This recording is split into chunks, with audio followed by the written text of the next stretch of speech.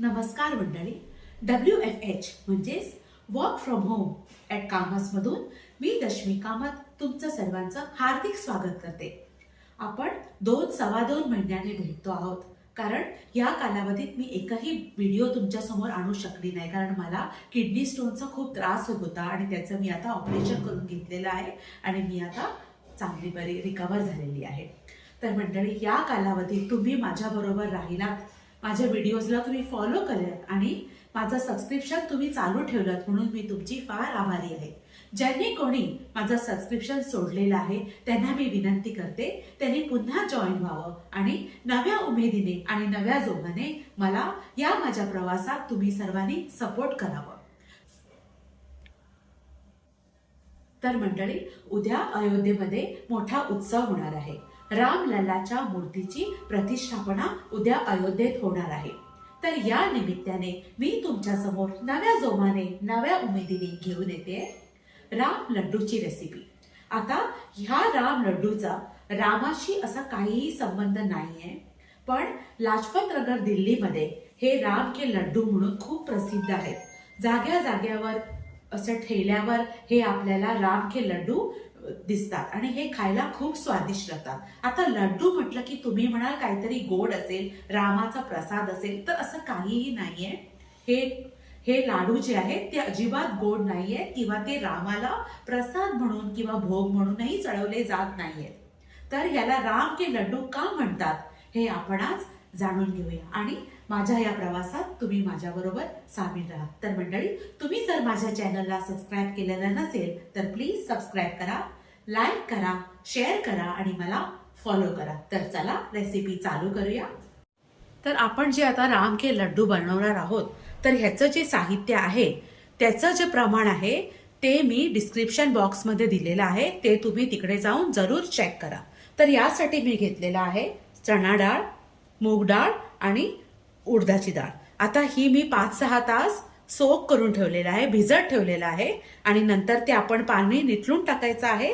आणि आता मी हे जे डाळी आहेत त्या मी मिक्सरमध्ये अगदी कमी पाणी घालून वाटून घेणार आहे आणि नंतर मी तुम्हाला दाखवते.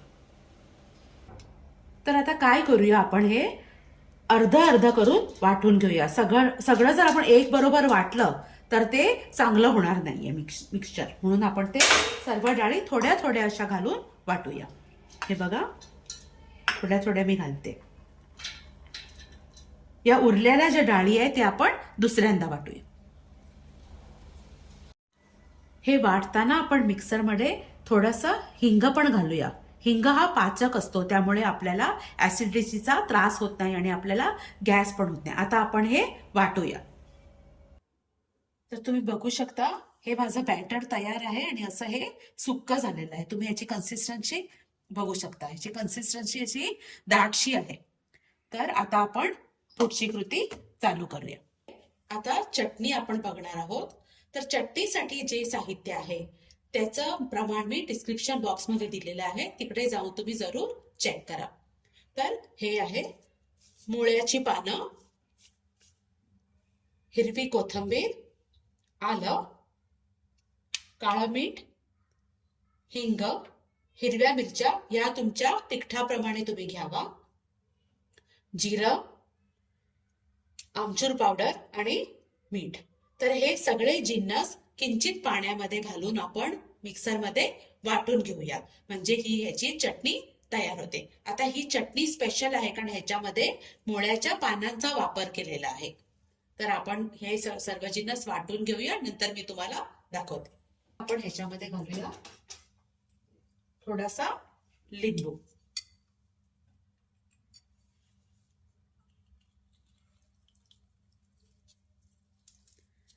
लिंबामुळे आणि मिठामुळे आणि मिरचीमुळे ह्या चटणीला आंबट, तिखट, खारट अशी मस्त चव येते. तर ही वाटून तुम्हाला मी दाखवते. ही चटणी वाटून तयार झालेली आहे. तर आता आपण पुढील कृतीकडे वळूया. तर हे मगासचं आपल्या डाळीचं वाटण आहे आणि आता आपण ह्याचे लाडू म्हणजेच वडे तयार करूया. आता ह्याच्यामध्ये आपण मीठ घालूया, चवीप्रमाणे मीठ घालूया आणि ही जी मगाशी आपण चटणी वाटलेली होती ना ती पण ह्याच्यात घालूया. त्याने हे राम के लड्डू आपण म्हणू शकतो, नाहीतर ते मूग डाळीचे वडे होतील किंवा चणा डाळीचे वडे होतील. ही ह्याची स्पेशालिटी आहे. आणि आता आपण हे चांगलं असं फेटून घेऊया, असं चांगलं मिक्स करूया म्हणजे, आणि एकाच डायरेक्शन मध्ये असं हलवायचं. त्याने काय होतं, या पिठामध्ये आपोआप चांगली हवा मिक्स होते आणि हे लाडू मस्त हलके फुलके होतात. तुम्ही बघू शकता असं एका डायरेक्शन मध्ये हे चांगलं 5-6 मिनिटं फेटायचं. आता मी मगाशी तुम्हाला सांगितलेलं की ह्या रेसिपीला राम के लड्डू का म्हणतात, त्याच्या मागे एक छोटीशी गोष्ट आहे. आता तुम्हाला माहिती असेल की श्रीराम जेव्हा सेतू बांधत होते लंकेला जायला, तेव्हा त्यांनी वानर सेनेची मदत घेतली आणि वानर सेना हे राम असं लिहून जे दगड त्या पाण्यामध्ये टाकायचे, ते दगड ते पाण्यामध्ये अक्षरशः तरंगायचे. आणि ज्या दगडांवर हे राम लिहिलेलं नव्हतं, ते दगड अक्षरशः त्या पाण्यामध्ये आतमध्ये जायचे आणि बसायचे. तर तुम्ही बघू शकता, आता फेटायच्या अगोदर म्हणजे ह्यामध्ये हवा मिक्स व्हायच्या अगोदर आपण जर हे असं पाण्यामध्ये टाकलं तर ते आतमध्ये जाऊन पीठ बसतं, ते असं पाण्यावर तरंगत नाही. तर हे आपण तोपर्यंत फेटायचं जोपर्यंत ह्या पिठाचा आपण जर असा लाडू करून तो ह्याच्यामध्ये टाकला आणि तो वर तरंगणार, तोपर्यंत हे फेटायला पाहिजे. आता ह्याच्यामध्ये काय होतं, असं फेटल्याने या मिक्सचर मध्ये ऑक्सिजन मिक्स होतो आणि नंतर ते लाडू, जे आपण लाडू बनवतो ते हलके होतात आणि पाण्यावर घातल्यावर ते फ्लोट होतात, म्हणजेच ऑक्सिजन घातल्यावर ते हलके होतात. तोपर्यंत आपण हे फेटायचं. आता राम सेतू बांधताना काय झालं असेल, असे एक आख्यायिका आहे. तर काय माहिती हे कितपत खरं आहे खोटं आहे, पण या राम के लड्डू या रेसिपीला हे नाव बहुधा त्यावरूनच पडलं असेल असं मला वाटतं. जेव्हा अगोदर वानर सेनेने असाच प्रयत्न केला की आपण दगड टाकूया आणि ते त्याचा सेतू बांधूया, तर ते त्याचा सेतू होईना झाला. पण जेव्हा हे राम असं लिहून दगडांवर, जेव्हा तो दगडावर जेव्हा हे राम लिहिलं आणि तो दगड जेव्हा नदीत फेकला, तेव्हा समुद्रात फेकला, तेव्हा तो दगड फ्लोट होऊ लागला, म्हणजे तो वर तरंगू लागला आणि हळूहळू त्याचा सेतू बनू लागला.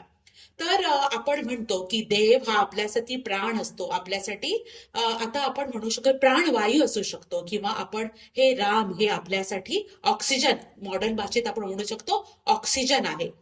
तर हे रामरूपी ऑक्सिजन जेव्हा आपण या लाडवामध्ये मिक्स करू तेव्हा ते असं असं फेटू, म्हणजेच ऑक्सिजन या लाडवामध्ये मिक्स होणार, म्हणजेच आपल्या जीवनामध्ये जेव्हा राम आपण सामील करू तेव्हा आपलं जीवन हे सुखमय होईल.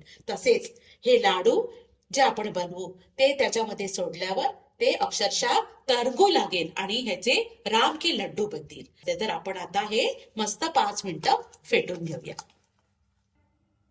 तर मंडळी, असं एका दिशेने 5 मिनिटं मी जवळजवळ फेटलेलं आहे आणि ह्याच्यासाठी आपण कुठच्याही यंत्राची मदत घ्यायची नाही. तर आता आपण प्रभू श्री रामचंद्राचं नाव घेऊन पाण्यामध्ये हे टाकून बघूया की हे लाडू तरंगतायत की आतमध्ये जाऊन बसतायत. प्रभू श्री रामचंद्र की जय.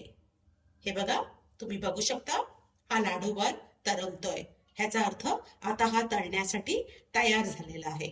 असाच राम सेतू बनलेला असणार आणि प्रभू रामाच्या नावाने एक एक दगड असाच तरंगून राम सेतू बनलेला असणार. तर चला आता हे वडे आपण तळूया. तर मंडळी, मी तेल तापत ठेवलेलं आहे आणि हे तेल मीडियम गरम व्हायला पाहिजे. आता मी ह्याच्यामध्ये लाडू तळायला टाकते. बोलो प्रभू श्री रामचंद्र की जय. बघा, अशा प्रकारे आपण हे आतमध्ये सोडूया. वडे किंवा राम के लड्डू अशा आतमध्ये सोडूया. जास्ती मोठे नाही किंवा जास्ती लहान नाही, मध्यम आकाराचे हे असे लाडू आपण आतमध्ये सोडूया.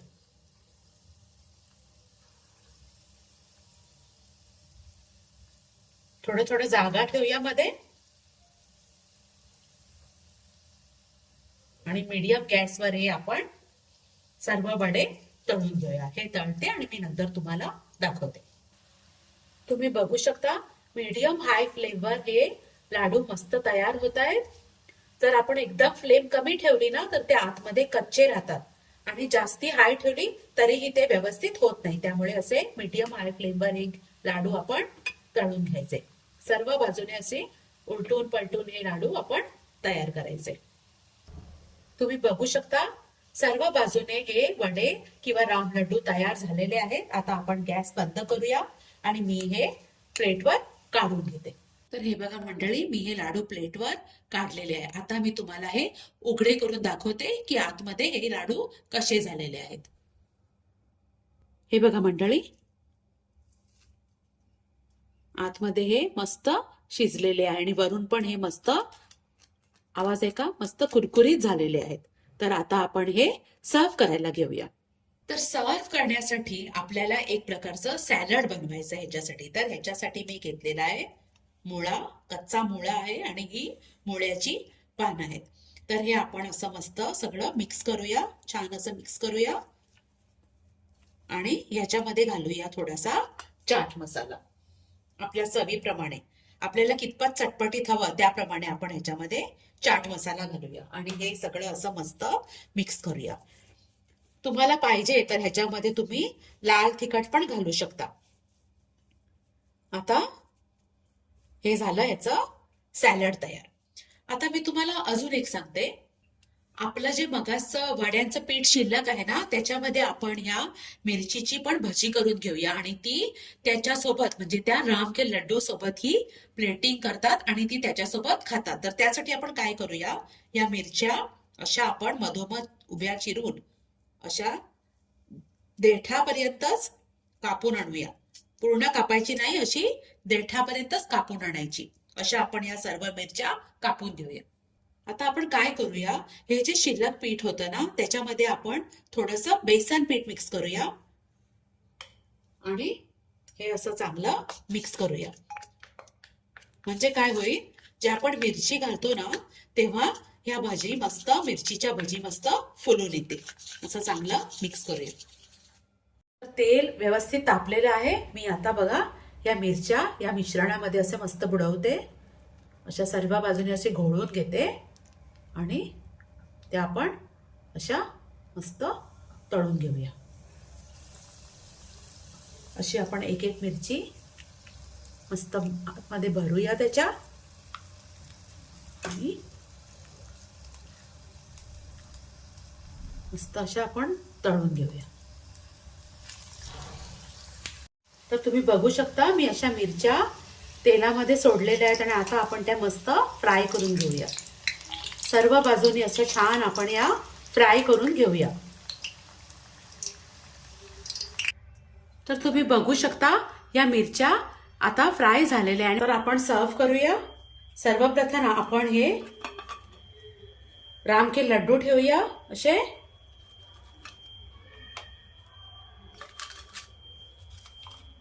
असे मस्त मांडूया आपण ते. त्याच्यावर आपण असं दही घालूया. असं किंचित दही घालूया आणि त्याच्यावर आपण मुळ्याचं जे मगाशी सॅलड केलं होतं ना ते असं त्याच्यावर घालूया. असं मस्त सगळ्या बाजूने हे असं मुळ्याचं सॅलड त्याच्यावर आपण घालूया.